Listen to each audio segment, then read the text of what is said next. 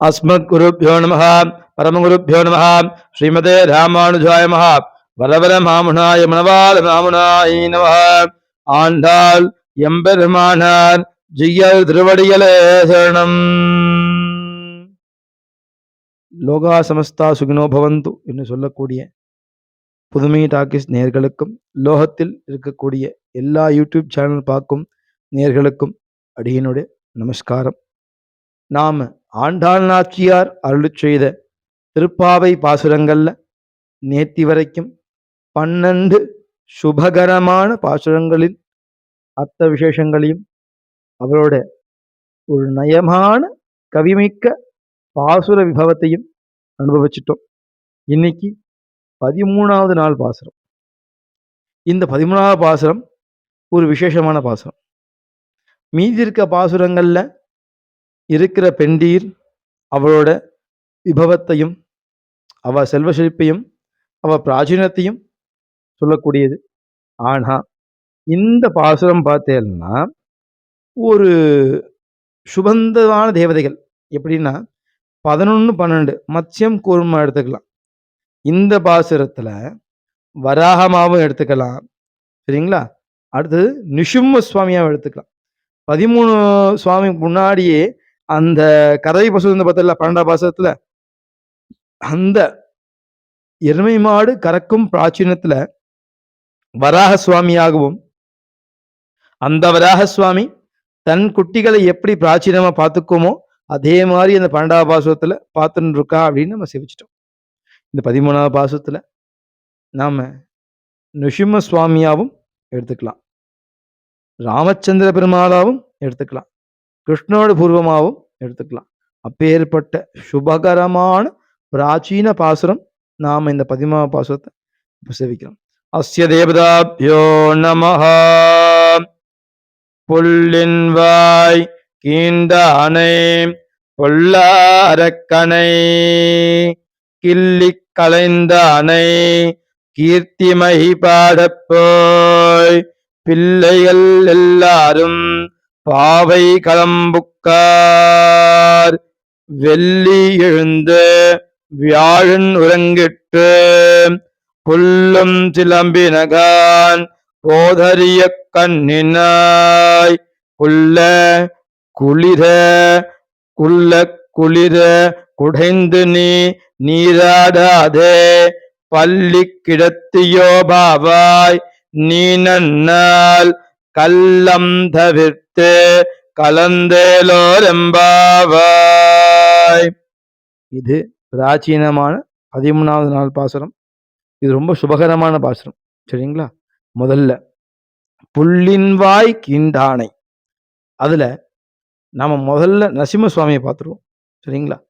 புல்லின் வாய், அதாவது புல் அப்படின்னா பறவை ஜாதிய சொல்லக்கூடியது. நிருசிம்ம சுவாமிய சமஹரிக்க வந்த சரபேஸ்வரர் அப்படின்னு சொல்லக்கூடிய சிவபெருமானின் சுரூபமான சரப பறவையின் ரக்கைகளை நிருசிம்ம சுவாமி வெட்டியதாக நிருசிம்ம புராணத்தை சொல்லிட்டு இருக்கா. நிருசிம்ம புராணத்துல அகோபில மடத்திலிருந்து பிராச்சீன தேவாதிகள் ஸ்ரீ தேசிக சுவாமியும் சரி எல்லா தேவதைகளும் சரி ஒத்துக்கொண்ட விஷயம் அது. இப்ப முன்ன பின்ன சொல்லிட்டு இருக்கா, அது வேற. ஆனா பிராச்சீனத்திலிருந்து சரபப்பறவை நிருசிம்ம சுவாமிய சம்ஹரிக்க வந்த போது அந்த சரபப்பறவையின் ரக்கைகளை நிருசிம்ம சுவாமி வெட்டியதாகத்தான் பிராச்சீன சாஸ்திரம் உண்டு. நிறைய பேருக்கு தெரியாது, சொல்றேன் கேட்டுக்கோங்க. அப்படி புல்லின் வாய் கீண்டானை பொல்லாரக்கனை, அந்த நிருசிம்ம சுவாமி சமஹரிக்க வந்த சிவபெருமானின் ரக்கைகளை வெட்டி அந்த சரபப்பறவையை சம்ஹாரம் பண்ண மூர்த்தியாக நிருசிம்மன தேசிக பெருமான் பிராச்சீனமா சொல்றார்.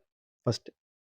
ரெண்டாவது, அதே சுவாமிய யாரு? நம்ம ராமச்சந்திர பெருமாள், ராமச்சந்திரமூர்த்தி தன் மனைவி சீதையை ராவணேஸ்வரன் அபகரித்து கொண்டு போகும்போது தன் மனைவி பிரிந்த துயரத்திடவும் பிறர் மனைவியை அபகரிக்கும் துர்குணம் உடைய ராவணனை சம்ஹரிக்க வேண்டும் என்ற ஒரு லோக க்ஷேமத்திற்காக, அதாவது தனிநபர் ஆசை கோசம் கிடையாது, இதே மாதிரி திருப்பி பண்ணப்படாது, இவர் துர்கம் முடிஞ்சால் இருக்கவே கூடாதுன்னு சொல்லிட்டு லோகக்ஷேமத்திற்காக அவனை சம்ஹரிக்க வேண்டும் என்பதற்காகவும் போர் தொடுத்தார். அப்படி போர் தொடுக்கும் பட்சத்திலும் அவனுக்கு ஒரு தூதனுப்பி சமாதானம் சொன்னார், கேட்கல. அடுத்தது போர் முனையில் இன்று போய் நாளை வா என்று ராமச்சந்திர சுவாமி சொல்லியும் அந்த ராவணேஸ்வரன் அப்பயும் கேட்காம அடுத்த நாள் போருக்கு புகுந்து அங்க ராமச்சந்திர சுவாமி ஹனுமந்த வாகனத்தில் வரும்போது அந்த ஹனுமான் மேல் துவேஷம் கொண்டு ராவணேஸ்வரன் தன் இலங்கை எரித்த ஹனுமானை சமரிக்க வேண்டும் என்பதற்காக அன்பு கணைகளை தொடுத்தான். யார் மீது? ஹனுமந்த சுவாமி மீது. அதை பொறுக்க முடியாத இப்படி தன் மனைவியை அபகரித்தும் அவனுக்கு மன்னிப்பு கொடுக்கும் வாய்ப்பு இருந்த பெருமானின் மனது தன்னுடைய பாகவதோத்தமரை துன்புறுத்தும் ஒருத்தரை மன்னிக்காது. சுவாமி அப்படி மன்னிக்கவே மாட்டார். தன் பக்தர் துவேஷம் பண்ணும்போது அவர் சுவாமி எக்காலம் மன்னிக்க மாட்டார். அப்படி ஆஞ்சநேய சுவாமியில் தொடுக்கும் அன்பிற்கு முன்னாடியே என் பாகவதனை ரட்சிக்கும் வகையில் ராமச்சந்திர பெருமான் தன் பானத்தின் மூலியமாக ராவனை சமரித்தார். நீங்க கேட்கலாம், புள்ளின் வாய் கீண்டானே அப்படிங்கிற வார்த்தையில நகங்கள் வருதே, அந்த வார்த்தை கீண்டானேங்கிற வார்த்தை நகங்கள் வரும். கீண்டான் அப்படின்னா நகங்கள், நகத்தின் சமரித்தாங்கிற வார்த்தை. கீண்டானே எப்படி ராமச்சந்திரனுக்கு எப்படி நகத்தை சொல்லலாம் அப்படின்னு கேட்கலாம். அதே மாதிரி ராமச்சந்திர பெருமான் அந்த சர்வாபிஷ்ட விபவம், அதாவது எல்லா வானங்களும் தேடும் போது ஆஞ்சநேய சுவாமி கண்டுபிடிச்சு சொல்வார். கண்டுபிடிச்சு நம்ம இலங்கையில் இருக்கான்னு சொல்லும் போது அந்த ராவணனை என் நிகத்தின் நுனியில் இருக்கும் கூர்மையில் மூலியம் நாம் சமரிப்பேன் என் சபதம் மேற்கொள்வார். இப்ப லங்கைக்கு வர்றதுக்கு முன்னாடியே அந்த அயோத்தியா பூர்வமாக இருக்கக்கூடிய சேது பாலம் இருக்கு பார்த்தீங்களா, அந்த பாலம் கட்டுவதற்கு முன்னாடியே சுவாமி சமரிப்பார், ஒரு சபதமே மேற்கொள்வார். அந்த நகத்தின் நுனி அப்படிங்கிற வார்த்தைக்கு ஊமை கொள்வதற்கோசமே இந்த புள்ளின் வாய்க்கின்றானுங்கிற வார்த்தையை ராமச்சந்திர சுவாமியோட ஒப்பிடலாம். அடுத்தது நம்ம கிருஷ்ண சுவாமி, கிருஷ்ண பரமாத்மா இருக்கார்ல, அவருக்கு உமை எடுக்கிறோம். அந்த கிருஷ்ணருக்கு பகாசுரன் என்ற ஒரு அரக்கன், அந்த அரக்கன் பகுமான கூறிய நகங்களும் கோரமான பற்களும் மிக பயங்கரமான அகோரமான சுரூபங்களும் உடையவன் அந்த பகாசுர அரக்கன். அந்த அரக்கனை நம்ம கிருஷ்ண பெருமாள் அவருடைய சிறுமையான அழகான திரு கைகளின் நுனியில் இருக்கும் ஒரு குழந்தையின் நகத்தின் மூலியமாகவே அவனை சமரித்தார். சரிங்களா? அவ்வளவு குழந்தையோட கையோட சின்ன ரொம்ப சாஃப்டான பூ போன்று இருக்கும் நகத்தின் மூலியமாகவே அந்த பகாசுரனை சமரித்தார். இந்த பிராச்சீனத்துல நம்ம ரிஷிம்ம சுவாமி, ராமச்சந்திர பெருமான், கிருஷ்ணர் 3 பேரையும் இந்த ஒரே வார்த்தையில சொர்க்கத்துல வைக்கலாம். அதான் ஆண்டாள் நாச்சியார் சுரூபமா ஒரே வார்த்தையில சொல்லிட்டா. அப்பேற்பட்ட சுவாமியின் கீர்த்திமை பாடப்போய் அந்த கீர்த்தியை பாடும் வகையில் உள்ள அந்த பாவை பெண்கள் யாரு? பிள்ளைகள் எல்லாரும் பாவை களம் புகுக்கார். அதாவது புக்கார்னு சொல்லுவா அந்த வார்த்தையில. எப்படின்னா அந்த கீர்த்தியை பாடுவதற்காக அந்த பாவை பெண்கள், பாவை நோன்பிருக்கும் பெண்கள் அந்த பாவை களத்திற்குள் வருகின்றார்கள் அப்படிங்கிற வார்த்தை. அடுத்து இன்னொரு வார்த்தை வரும், வெள்ளி எழுந்து வியாழன் உறங்கிட்டுன்னு ஒரு வார்த்தை வரும். நீங்க கேட்கலாம், வெள்ளி கிரகமும் வியாழனும் கண்ணில் தெரியுமான்னு கேட்கலாம். ஆனா பிராச்சீனத்துல முன்னோர்கள் என்ன சொல்றாங்க அப்படின்னா, ஆண்டாள் நாச்சியார் சுவாமி வாழ்ந்த காலத்துல வெள்ளியோட சுரூபமும் வியாழனோட சுரூபமும் கண்ணில் தெரிஞ்சிருக்கலாம், அதோட அவதாரங்களும் உருவங்களும் கண்ணில் தெரிஞ்சிருக்கலாம், அதுக்கு வாய்ப்பு உண்டு. ஏன் அப்படின்னா குறிப்பிட்ட வருஷத்துக்கு ஒரு தடவை சில கிரகங்கள் தெரியும் அப்படின்னு சொல்லுவா. 6 எலிமெண்ட் 7 எலிமெண்ட் சொல்லுவா. அது இருக்கும்போது ஆண்டாள் நாச்சியார் வாழ்ந்த காலத்துல இந்த வெள்ளி கிரகத்தோட தரிசனமும் வியாழனோட தரிசனமும் நல்லா தீட்சமே கிடைச்சிருக்கலாம் அப்படின்னு சொல்லுவா. வெள்ளி எழுந்து அப்படின்னா வெள்ளி அப்படிங்கிற கிரகம் பளிச்சுன்னு கண்ணில் தெரியுது. வெள்ளி எப்ப தெரியும்? விடிவெள்ளின்னு சொல்லுவா பூர்வமா, அது தனி. சந்திரனுக்கு தனியாக நட்சத்திரமா இருக்கும், அந்த வெள்ளி வேற. இவா வெள்ளி தெரியுது அப்படின்னு சொன்னாலே அந்த பலபலன்னு இருக்கிற வெள்ளி காலை புலரும் போவதுக்கு முன்னாடி தெரியுங்கிறது பூர்வம். சரிங்களா? அப்படி அந்த வெள்ளி தெரியுது, பொழுது புலரப்போகுது அப்படின்னு சொல்றதுக்காகவும் இது உண்மையாக வரப்படும். நிறைய பேர் கேட்கலாம். வெள்ளி அப்படிங்கிறது சுக்கிராச்சாரியரை குறிக்கும். வியாழன் அப்படிங்கிறது குரு பகவான் அவரை குறிக்குமே. அதாவது குரு பகவான் நம்ம பொதுவா சொல்றோம். இத விஸ்வக்ஷேனன்னு பூர்வமா ஆச்சாரியர் சொல்லுவா. 2வது பிரஹஸ்பதி அப்படிங்கிற வார்த்தை தான் கரெக்டான வார்த்தை. தேவகுரு பிரஹஸ்பதி அப்படிங்கிறது கரெக்டான வார்த்தை. அவர் பிரஹஸ்பதி தேவரோட குரு தூங்குறாரு. அசுரகுரு சுக்கிராச்சாரியர் முழிச்சுட்டாருன்னு சொன்னா, அச்சச்சோ! நாள் மோசமான நம்ம ஏதாவது பயப்படலாமே தவிர, அப்படிங்கிற விஷயம் கிடையாது. இது சுபகரமான நாள் தான் அப்படின்னா. ஏதாவது அடுத்தது அந்த குள்ள குழியங்கிற வார்த்தை வரும். குள்ள குழிய குடைந்து நீ நீராடாதே. எப்படின்னா, ஒரு பாவை நோன்பு இருக்கிற பெண் எப்படின்னா, குளிர்ந்தமான நீர்ல நீராடும்போது இப்படி நடுங்கிட்டே ஆடுவா.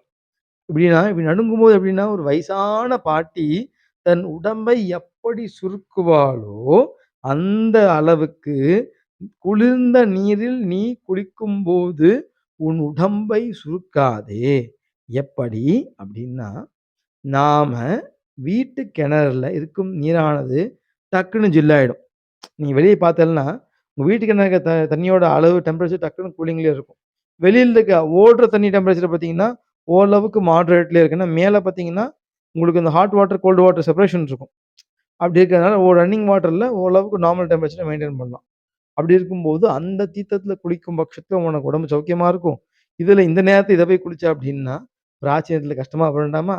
அதனால நீ இந்த இதுல நீராடாத. நாம அங்க நீராடிக்கலாம் அப்படிங்கிற மாரி கூப்பிடுறதுக்கோசரம் அவ பிராச்சீனத்துல சொல்றா. அடுத்தது இவ சொல்லிட்டா. சரிங்களா? அடுத்தது 3வது இருக்குது. பள்ளி கிடந்தாயோ பாவாய். பள்ளி கிடந்தாயோ அப்படின்னா, நீ இன்னும் தூங்கிட்டு இருக்க நிலைமையிலேயே இருக்கியா? திருப்பள்ளின்னு சொல்லுவா. சுவாமிக்கு சொல்லும்போது திருப்பள்ளி எழுச்சின்னு சொல்லுவா.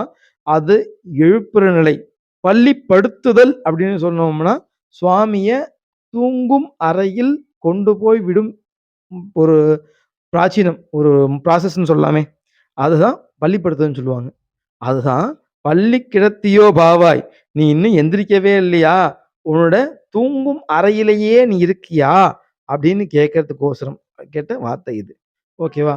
அடுத்தது நீ நன்னாளால் நீ உனக்கு இது நன்னாளாகவே உண்டு. சரிங்களா? அந்த நன்னாளாக இருக்கிறதுனால கள்ளம் தவிர்த்து கள்ளம் தவிர்த்துங்கிற வார்த்தை ஏன் வந்தது அங்க? சொன்னோம்ல முன்னாடி. அந்த வெள்ளி அப்படிங்கிற கிரகம் உதயமாகுது. குரு பிராச்சீனமாகுது. அசுரன் வந்து தேவன் போயிட்டானோ அப்படிங்கிற எண்ணம் இருக்கக்கூடாது. இது சுபகரமான தனுர் மாசம். பெருமாள் மாதங்களில் நாம் மார்கழின்னு பெருமாளே சொல்லியிருக்கார். அப்படி பெருமாள் தன் சொரூபமாகவே கொண்ட மார்கழி மாசமா இது இருக்கிறதுனால, நல்லது, கெட்டதுங்கிற பிராச்சீனம் பார்க்க வேண்டிய அவசியம் இல்ல. இது சம்பூர்ணமான சுபமான தினம் தான். அதனால கள்ளம் தவிர்த்து கலந்தேலோர் எம்பாவாய். எங்க பெண்களோட யாரு? பாவை நோன்பிருக்கும் பெண்களோட நீ வெளிய வா. வந்து எங்களோட ஒண்ணா கலந்து நாம அடுத்த வீட்டுக்கு போவோம் அப்படிங்கிறதுக்கோசரம் இந்த பிராச்சீன வார்த்தைகள் கூப்பிடுறான். நாம இன்னி வரைக்கும் 13 பாசுரங்கள் பார்த்தாச்சு. மொத்தமே துயிலெழுப்பும் பாசுரங்கள் 15 தான் சொல்லியிருக்கேன். அதுல 13 பாசுரம் பூர்த்தி ஆயிடுத்து. இன்னும் 2 பாசுரங்கள் தான் துயிலெழுப்பும் பாசுரங்கள் பிராச்சீனத்துல உண்டு. நாம பொறுமையா ஒவ்வொரு அர்த்தங்களையும் அடியேன் நம்ம சொல்லியிருப்பேன். அந்த வார்த்தை ஸ்பஷ்டங்களையும், அர்த்தங்களையும் ஏதோ கேட்கல புரியல அப்படின்னா, நம்ம ஏதோ கேட்டு பாருங்கோ. ஏதாவது சந்தேகம் இருப்பின் கமெண்ட் செக்ஷன்ல சொல்லுங்கோ. பிரார்த்தனை பண்ணிக்கலாம். अस्मद्गुरुभ्यो नमः सर्वगुरुभ्यो नमः श्रीमते रामानुजाय नमः வரவரமாமுனாய மணவாளமாமுனாய ஆண்டாள் எம்பெருமானார் ஜீயர் திருவடிகளே சரணம். நாளைக்கு 14வது நாள் பாசுரத்துல சந்திப்போம்.